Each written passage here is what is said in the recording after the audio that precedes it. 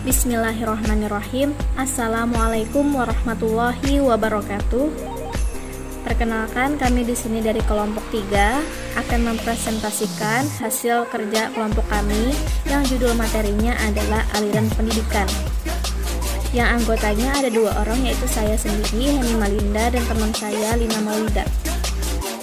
Baik, langsung saja ke pengertian aliran pendidikan. Aliran pendidikan adalah pemikiran-pemikiran yang membawa pembaruan dalam dunia pendidikan. Pemikiran tersebut berlangsung seperti suatu diskusi berkepanjangan, yakni pemikiran-pemikiran terdahulu selalu ditanggapi dengan pro dan kontra oleh pemikir berikutnya, sehingga timbul pemikiran yang baru dan begitu seterusnya. Nah, kemudian ada macam-macam aliran pendidikan. Ada 2 macam. Yang pertama ada aliran klasik, yang kedua ada aliran modern. Aliran klasik isinya ada aliran empirisme, aliran napisme, aliran konvergensi, dan aliran naturalisme. Yang kedua ada aliran modern. Aliran modern berisi progresivisme, esensialisme, rekonstruksionalisme, perensialisme, dan idealisme. Yang pertama ada aliran klasik. A. Aliran empirisme. Aliran ini menganut paham yang berpendapat bahwa segala pengetahuan, keterampilan, dan sikap manusia dalam perkembangannya ditentukan oleh pengalaman. Pengalaman yang nyata melalui alat inderanya, baik secara langsung berinteraksi dengan dunia luarnya maupun melalui proses pengolahan dalam diri dari apa yang didapatkan secara langsung, menurut Joseph 2006. Jadi, segala kecakapan dan pengetahuan terbentuk dan ditentukan oleh pengalaman. Kemudian B. Aliran nativisme. Teori ini merupakan kebalikan dari teori empirisme yang mengajarkan bahwa anak-anak lahir sudah memiliki pembawaan baik dan buruk. Perkembangan anak hanya ditentukan oleh pembawaannya sendiri-sendiri. Lingkungan sama sekali tidak berpengaruh, apalagi membentuk kepribadian anak. Jika pembawaan jahat akan menjadi jahat, dan jika pembawaannya baik akan menjadi baik.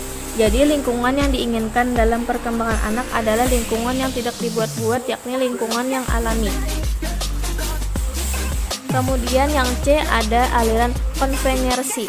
Faktor pembawaan dan faktor lingkungan sama-sama mempunyai peranan yang sangat penting. Keduanya tidak dapat dipisahkan. Sebagaimana teori nativisme, teori ini juga mengakui bahwa pembawaan yang dibawa anak sejak lahir juga meliputi pembawaan baik dan pembawaan buruk. Pembawaan yang dibawa anak pada waktu lahir tidak akan bisa berkembang dengan baik tanpa adanya dukungan lingkungan yang sesuai dengan pembawaannya tersebut. Menurut William Stern dalam Tim Dosen 2006-79 mengatakan bahwa perkembangan anak tergantung dari pembawaan dari lingkungan yang keduanya merupakan sebagaimana 2 garis yang bertemu atau menuju pada titik yang disebut konvergensi. Kemudian D ada aliran naturalisme. Aliran ini mempunyai kesamaan dengan teori nativisme, bahkan kadang-kadang disamakan, padahal mempunyai perbedaan-perbedaan tertentu. Ajaran dalam teori ini mengatakan bahwa anak sejak lahir sudah memiliki pembawaan sendiri-sendiri, baik bakat, minat, kemampuan, sifat, watak, dan pembawaan-pembawaan lainnya. Dengan kata lain, jika pendidikan diartikan sebagai usaha sadar untuk mempengaruhi perkembangan anak secara mengarahkan, mempengaruhi, menyiapkan, menghasilkan, apalagi menjadikan anak ke arah tertentu, maka usaha tersebut hanyalah berpengaruh jelek terhadap perkembangan anak. Tetapi jika pendidikan diartikan membiarkan anak berkembang sesuai dengan pembawaan dengan lingkungan yang tidak dibuat-buat secara alami, maka pendidikan yang dimaksud terakhir ini berpengaruh positif terhadap perkembangan anak.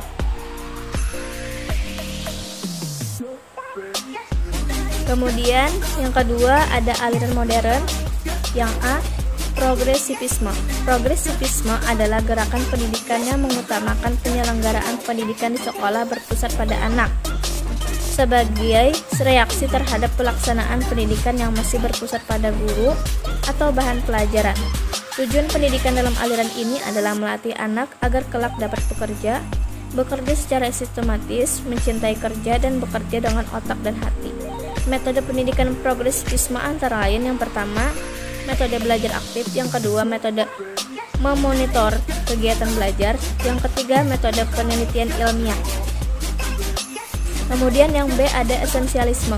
Esensialisme modern dalam pendidikan adalah gerakan pendidikan yang memprotes gerakan progresivisme terhadap nilai-nilai yang tertanam dalam warisan budaya atau sosial. Tujuan pendidikan dari aliran ini adalah menyampaikan warisan budaya dan sejarah melalui suatu inti pengetahuan yang telah terhimpun, yang telah bertahan sepanjang waktu, dan dengan demikian adalah berharga untuk diketahui oleh semua orang. Metode pendidikan yang pertama, pendidikan berpusat pada guru, yang kedua, peserta didik dipaksa untuk belajar, yang ketiga, melatih mental. Baiklah, di sini saya akan melanjutkan presentasi kami. Yang C, rekonstruksionalisme.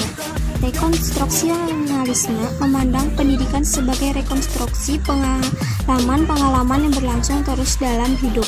Sekolah yang menjadi tempat utama berlangsungkan haruslah merupakan gambaran kecil dari kehidupan sosial di masyarakat. Tujuan pendidikan sekolah-sekolah rekonstruksionis berfungsi sebagai lembaga utama untuk melakukan perubahan sosial, ekonomi, dan politik dalam masyarakat.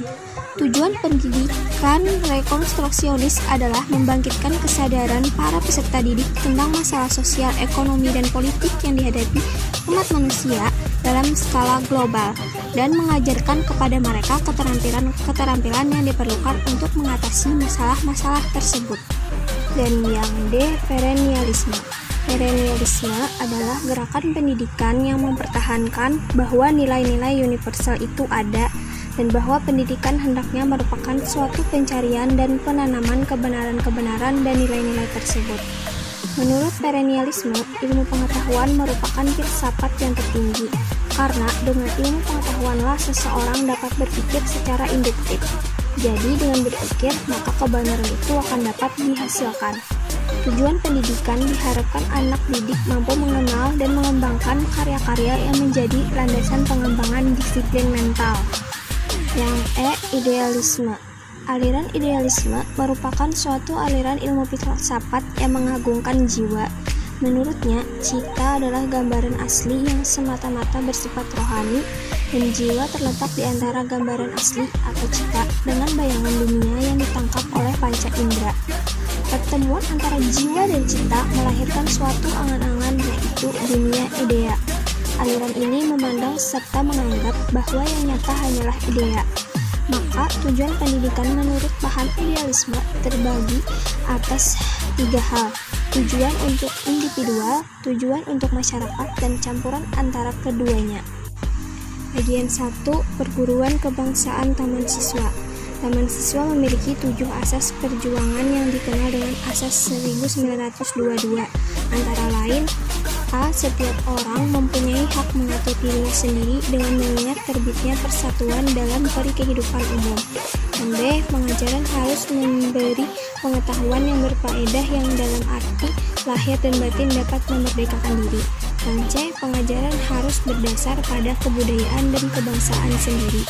Dan yang D. Pengajaran harus tersebar luas sampai menjangkau seluruh masyarakat. Adapun tujuan perguruan kebangsaan taman siswa antara lain: A. Sebagai badan perjuangan kebudayaan dan pembangunan masyarakat tertib dan damai. Yang B. Membangun anak didik menjadi manusia yang merdeka lahir batin, luhur akal budinya, serta sehat jasmaninya untuk menjadi anggota masyarakat yang berguna dan bertanggung jawab atas keserasian bangsa, tanah air, serta manusia pada umumnya. Upaya-upaya pendidikan yang dilakukan taman siswa. Yang A. Menyelenggarakan tugas pendidikan dalam bentuk perguruan dari tingkat dasar hingga tingkat tinggi. Yang B. Mengikuti dan mempelajari perkembangan dunia di luar taman siswa yang ada hubungannya dengan bidang kegiatan taman siswa. Yang C. Menumbuhkan lingkungan hidup keluarga taman siswa sehingga dapat tampak benar wujud masyarakat taman siswa yang dicita-citakan. Bagian 2, ruang pendidik INS Kayu Tanam. Asas dan tujuan ruang pendidik INS Kayu Tanam. Yang A. Berpikir logis dan rasional. B. Keaktifan atau kegiatan. Yang C. Pendidikan masyarakat. Yang D. Memperhatikan pembawaan anak. Dan yang E. Menentang intelektualisme. Tujuan ruang pendidik INS Kayu Tanam adalah 1.